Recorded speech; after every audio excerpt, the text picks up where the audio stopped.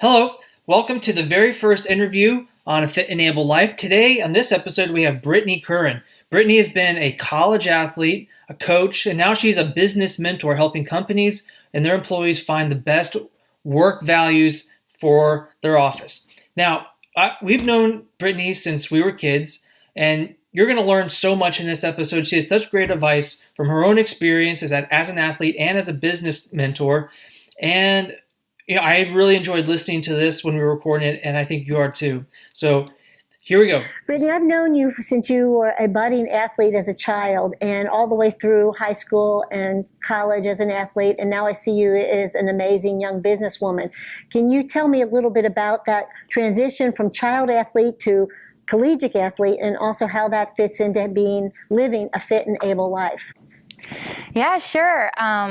Really, the main thing that I can think about from being a child athlete to collegiate athletics is when you're a child, you have a lot of support from your parents and maybe a little bit, maybe not pressure, but structure around that. And so while I drove a lot of my athletics and my passion, I had a lot of, my parents going to the swim meets, I had the team and that structure around it. Once you get to college athletics, you have to own your sport a lot more. At any point, you can leave the sport, and I see that a lot. I don't know really any class of any athletes that your freshman, the full class actually ends up graduating. And so being able to take ownership, I think is really important, because that's the same thing in life. And so I was able to transfer that skill into my career, and understanding that, I might not know everything, just like in athletics, always learning new techniques, always trying new things, practicing. But I need to own what I'm doing, and I need to go after and read material. I mean, reading is one of the biggest things you could do to help yourself propel in your career, and reading about being balanced in life, and what does it look like when you can't work out 5 hours a day and still be healthy. What kind of diet do you have when you no longer have trainers assisting you? And so I would say reading and surrounding yourself with the right people has really been helpful for me. Well, in terms of that, then would you label that your life has been a fit and able life? Would you, obviously being athletic, that you are physically fit, but in terms of when you're talking about pressures on youth athletes, apparently you were able to stay emotionally fit through that process as well. Yeah. I think the biggest thing, I used to talk a lot with our lead medicine and athletic trainer at University of Tennessee about this, and she ended up writing a book called Ice and Go, strictly about children and the type of pressures we put on them, and how that can limit emotionally, their maturity. And something that I think is really important is understanding the concept of play. And that is not just for children, but also for adults. If you put a child into a sport at a young age, like many parents do, they're expecting them to be great athletes because they have this 10,000 hours concept. But the reality is if you put a child in to a sport before they're ready, then all they're going to know is how to live in structure. And you need play to be creative. And it's vital for your success in athletics, because every person's different. So you need to be able to do the best of you can. And also in business, because while there is so much great information out there, in the end, you need to understand how you work and think outside the box and use, your strengths that way. So I think I would say to stay emotionally balanced, being well-rounded, and have that concept of play. Well, given here at TAC that you guys are training Olympic swimmers, you got Olympic hopefuls in your water. How do you keep that concept of play with that caliber of athlete here with your coaches, and that they also have to have a little bit of play too, so they're not so intense? How does that maintain with the athletes here in this facility?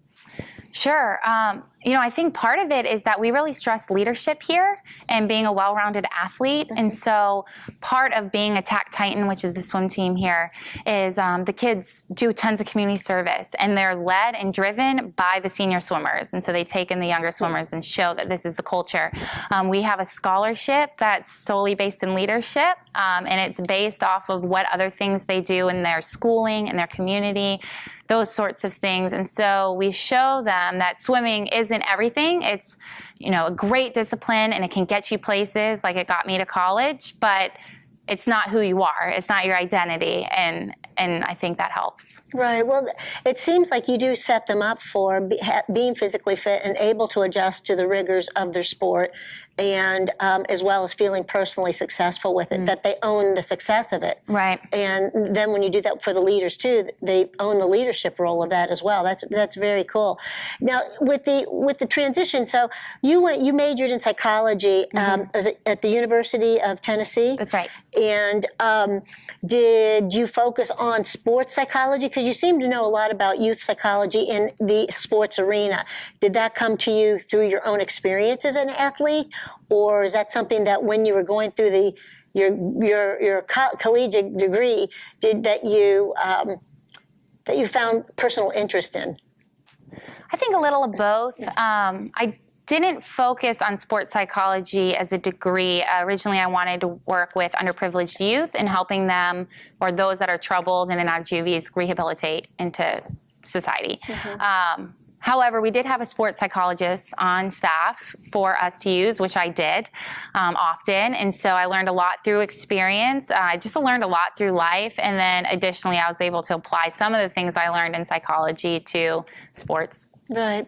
Well, tell me, has there ever been a time, given that you're a highly successful young woman, that you did not feel fit or you did not feel able you were to take on a task?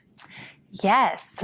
So after my eligibility finished up, after I graduated, I was surprised to find that I wasn't really driven to go work out. I've always loved working out, even outside of the pool. I've always been involved in tons of different sports and enjoyed running a lot. Did that all through college. And I was like, well, I'm going to take 2 weeks off. And then those 2 weeks actually became 3 years. And I always monitored my diet, and so I never saw physically, a lot of swimmers especially kind of blow up, or their muscle just kind of turns into this mass on their body. And so I was fortunate that I kind of managed that well. But as far as athleticism, it was a struggle. I mean, even walking upstairs, I was just not fit. And I tried a couple of times to get back in the water, and it was very frustrating because I knew what I wanted to do and what I should do, but I physically could not do it. And so it wasn't until I was living in Boston, and fortunately we had a workout gym in our office, and one of the girls was getting married and wanted to go to the gym. And so with my knowledge, she was just like, hey, do you mind going and teaching me some things? And I was like, of course. So I went down, I think maybe the second time I trained her, I ended up running into a basketball player from the College of Charleston, and who's now living and doing physical training up there. And so we headed off, and I ended up working out with him, and I got back into shape. I found rock climbing, which I do a lot now, and kind of refound the importance of athleticism and being able to channel that. Right. Well, that's really interesting. I think a lot of people would like to think that this mass that grew on them once was muscle. So, yeah, that's my story. Now tell me a little bit. You've worked in Boston. What did you do in Boston? What brought you back to the Raleigh-Durham area? Sure. So I worked in clinical trials. Originally, I went into that because, one, it was an opportunity, and two, I thought it'd be a good fit for my skill set with swimming, and I also have music experience. I had to balance a lot, and so I learned to project manage really well, and that was what I wanted to do with clinical trials. And then also I thought it'd be really cool that I could carry the knowledge that I had about the human body into my career, because I knew I wasn't going to be a swim coach, and what do I do with all that information? Right. And so it was great. I did that for 2 years. I loved it. But an opportunity back in North Carolina called HydroXphere, which is an app that helps run summer swim meets, and that felt like something that I wanted to pursue. So that ended up moving me back here. Well, we're lucky you're back. So when we first met earlier, you were telling me about this new opportunity that you have found that you're excited about pursuing, and I'm not even going to repeat the name of it. I know I'm going to mess it up. So why don't you tell me about what you're doing now? Yeah, so right now it's really exciting. It's something called Novarete, and it is a software that helps companies and universities bridge the gap between your company values or your organizational values and what your employees or students do every day. So right now, a lot of the times you find your company values, for example, one might be honesty, which that's great. But on a day-to-day basis, does the employee never tell a lie or always speak the truth? Like, what does that actually mean in action? And so we present weekly dilemmas to your employees and your students that have these ethical situations, and they have to choose what they would do out of multiple choice. And so by doing that, we're able to start tracking what they believe and what they value, and you can compare it to what your company values. And so it just helps align the companies, which is great because an aligned company that shares a vision performs better. But it also teaches the employees what to think about, who to consider, what are some of the exceptions, and it's all based in deep ethical research. We have PhD ethicists that write the dilemmas and are on our staff, and it's been really, really cool experience. Well, it seems too with your degree in psychology, it's sort of the Jean Valjean question. Exactly. So, who was right and who was wrong and all that. Exactly. And so, but that's really interesting. So they've actually put it in a program where they can analyze how somebody responds to something where a dilemma, meaning there's no clear choice of what was right or wrong. Exactly.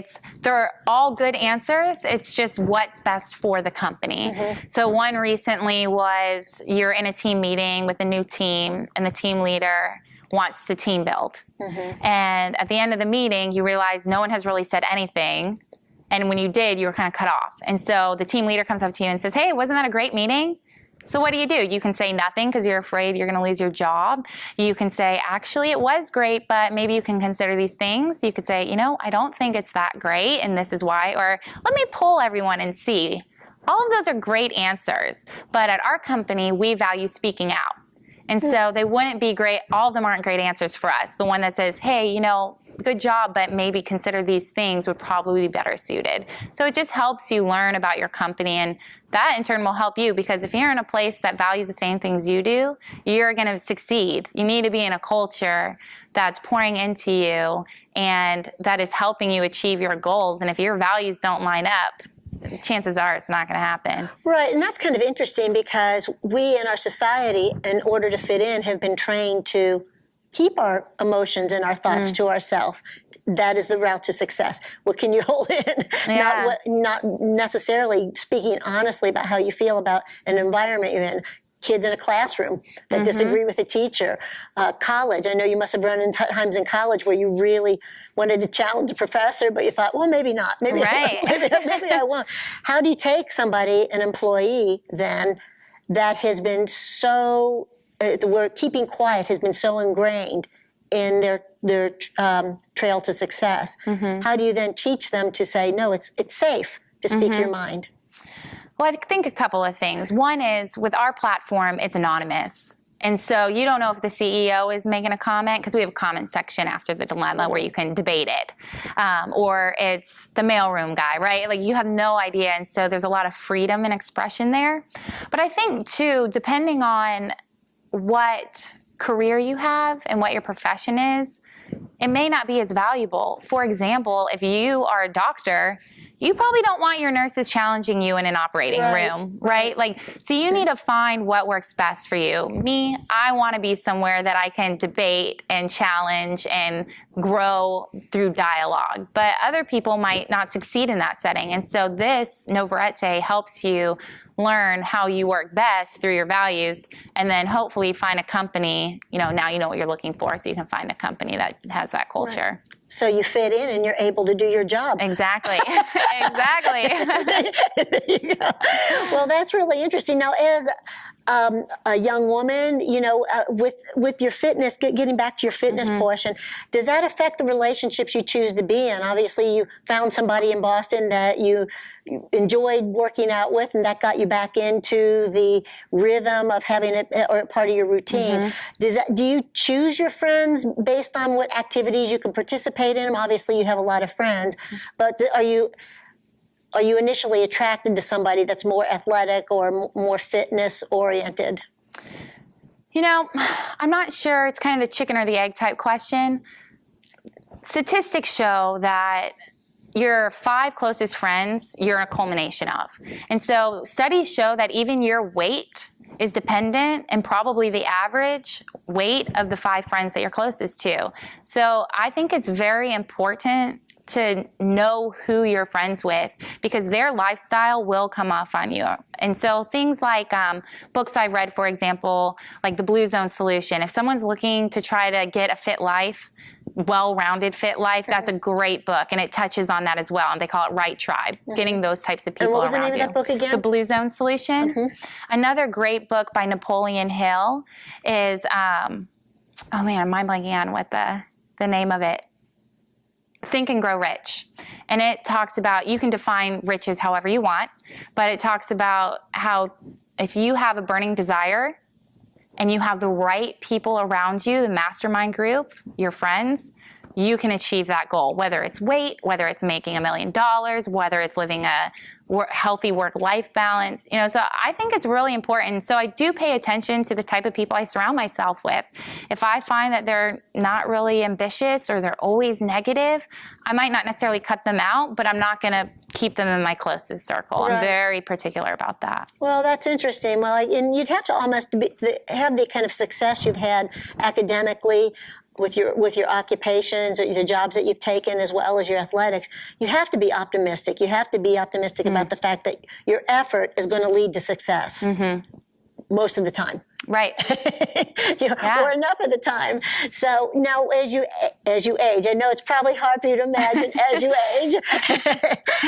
age, how do you see how do you see your athleticism staying in your life as you get more ingrained in this new position, involved in relationships? Right. Any marriage in the future? I don't know about that. Nobody's lot between you and I. I will say, though, you bring up a great point, because like I mentioned before, you can't work out 5 hours a day, or some people do, but it's really hard, especially as you get a family or something like that in your job. So what I found is moving naturally is really beneficial. And so I put lifestyle choices in front of me all the time.